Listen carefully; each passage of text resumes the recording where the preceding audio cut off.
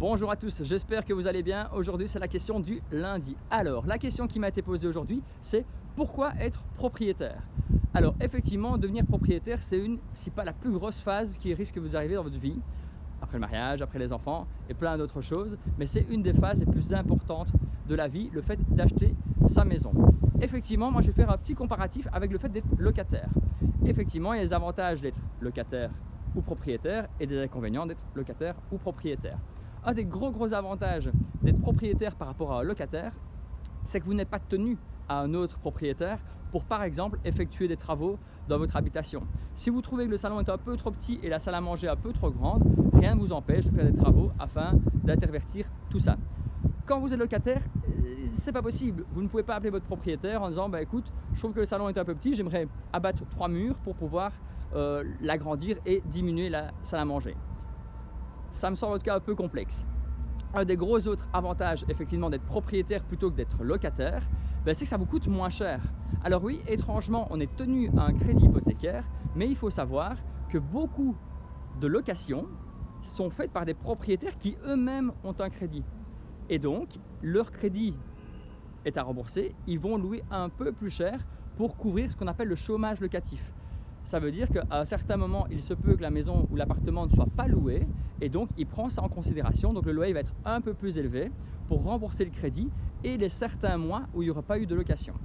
Donc effectivement, être propriétaire coûte moins cher que d'être locataire. Maintenant, être propriétaire engage d'autres frais comme par exemple le changement de la chaudière.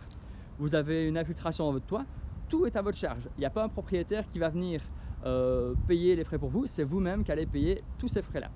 Heureusement, il existe pas mal d'assurances, comme par exemple les dégâts des intempéries, les dégâts des eaux, incendies. Donc couvrez-vous bien en assurance, ça c'est un petit conseil que je vous donne, parce que dès qu'il y a un gros problème, souvent, ça peut coûter très cher.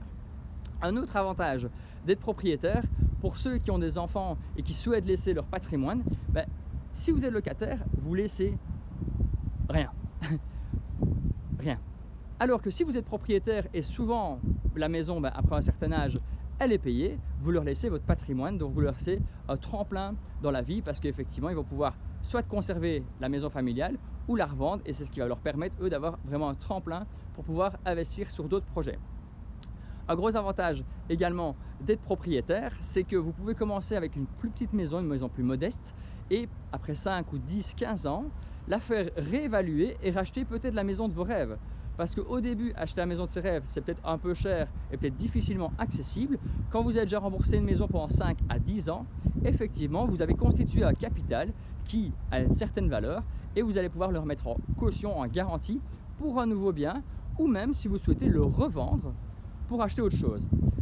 Par contre, si vous êtes locataire et que vous louez pendant 5 ou 10 ans, tous les loyers qui ont été versés ne sont investis nulle part. Nous allons pas vous rembourser, la propriétaire ne va pas vous rembourser les 7 ans que vous avez payé votre appartement et vous dire tiens, voilà 60 000 €, achète ta maison. Malheureusement, ça ne se fait pas comme ça.